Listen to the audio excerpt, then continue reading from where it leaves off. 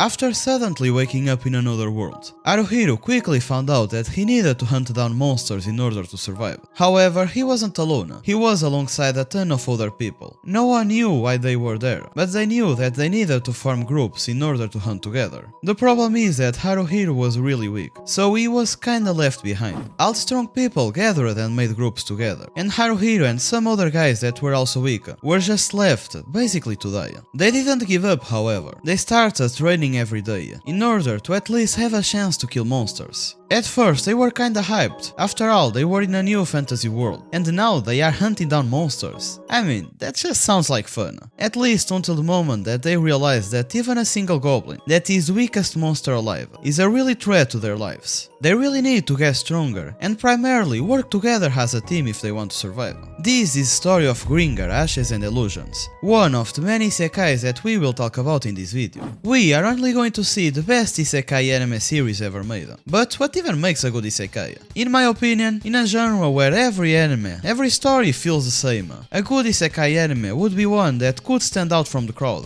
one that is different from all the rest. And that's what we are going to see, isekai animes that just hit different. And one of those is ReZero, starting life in another world. This is one of the classics when it comes to isekai animes, and is also one of the best. As you might imagine, Super was an otaku that was transported to another world. However, the world in which he was transported wasn't a world from a fairy tale. In fact, it was an awful and dreadful one. Even though ReZero is an isekai with magic and all that sort of things, this show is also a mystery and psychological anime. Right on the day of his arrival, Super ended up dying, and he quickly found out that he had the power to go back in time. Every time he died, he just respawned, which is in fact a really overpowered power to have. But the author of this story didn't just use this power to turn Subaru into an overpowered main character. This power of going back in time will be used and abused throughout the story. Subaru will always find new ways to die, not because he wants to. Whenever he dies, on the next try he tries to do something different, but most of the times it doesn't work either. All roads are just dead ends. He can't do anything to change. Subaru ends up deeming himself as trash, because even though he has that power, he can't do anything to save the people that he loves. Throughout the story, the main character will have a lot of character development. That is one of the things that I love about this anime. The other is, well, the amazing soundtrack,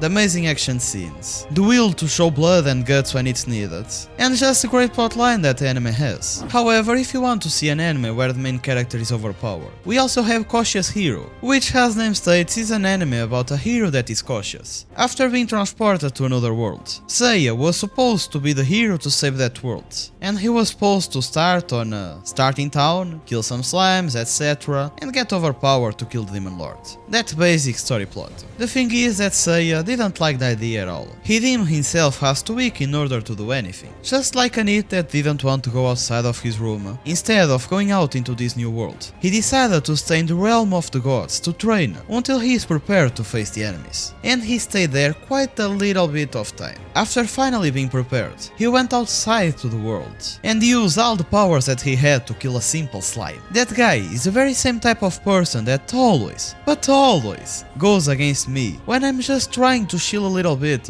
and play a little game of League of Legends with my master Ian. I don't know what bad I did to the world to always go against tryharders, but alright. Even though our protagonist is incredibly overpowered, the enemies that he goes against are also overpowered as hell, and I'm not talking about slimes. Apart from having a great animation, this anime is also hella fun, has a storyline that is quite good, and even has a twist that I wasn't expecting, so make sure to try it out. And talking about funny animes, let's talk about the king of them, KonoSuba. This one also holds the ground as one of the classic isekai animes. Just you to have a little idea of how funny this anime is. Kazuma was a shut-in neat otaku, you know the deal. But one day, however, he went outside to buy some manga, and on his way, he saw a girl that was about to be hit by a truck.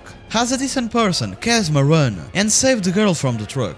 The problem, however, is that he ended up dying, but Kazuma didn't really mind. After all, he was proud of himself, and this was when he suddenly appeared before a goddess. And this goddess, called Aqua, told him something really interesting. The truck that he saved the girl from wasn't even a truck, was just a tractor, and he wasn't even speeding. He was going like 10 miles an hour, and by a matter of fact, the tractor didn't even hit him. He stopped before hitting Kazuma, and Kazuma just pissed himself and died thanks to the shock. This is just for you to see how funny this anime is. Now, although these animes focus on comedy, there are also quite a lot of action scenes, and those are also great, with really good animation and all that sort of things. Now, if you perhaps want to see a main character that isn't as miserable, you can always watch That Time That I Got Reincarnated as a Slime. As title says, our protagonist was stabbed by a knife after saving his friend, and was reincarnated as a slime. And you already know this, but slimes are really weak creatures on fantasy stories. But we must not forget that Rimuru is an Isekai protagonist. He ended up having a meeting with a powerful dragon that gave him some of his powers. And thanks to this, Rimuru became quite powerful. In my opinion, what makes this anime stands out from the crowd is the feeling of progression.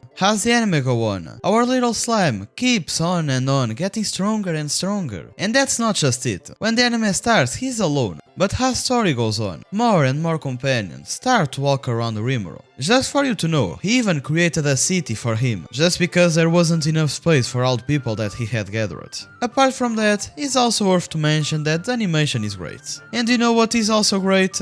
Gate, another Isekai anime. This one, however, is really different from the others. In this show, our protagonist and a ton of people found a portal that was connected to another world. A fantasy world with magic, dragons and all that sort of things. But in this world, they use weapons to kill the enemies. You will literally see people with guns killing a dragon. That's fucking awesome. And another show that really stands out from the crowd is No Game No Life. This one is an Isekai anime that aired a long time ago, but to this day, it is still one of the best. Even though the title of this show is a little bit aggressive, the show is really great. It is about two siblings that are pro gamers. They are like the best gamers of the world. However, there was a problem of being so good at playing games, and it is that everything is boring. They are so good that there is no really a challenge for them, at least until the day that they received a sudden email from a weird, strange, unknown person. They were basically invited to a whole new world, where games are everything. They obviously accepted, and in this new world, the one who is good at games gets everything, and the one who is bad loses everything. In this new realm, literally anything is decided by games. Either if it is to decide who is a god, who is a king, and who is poor. You can literally decide anything with games. So, our two protagonists will always play different games in order to achieve what they want. It's just a shame that even though they are so good at playing games, they couldn't achieve a second season.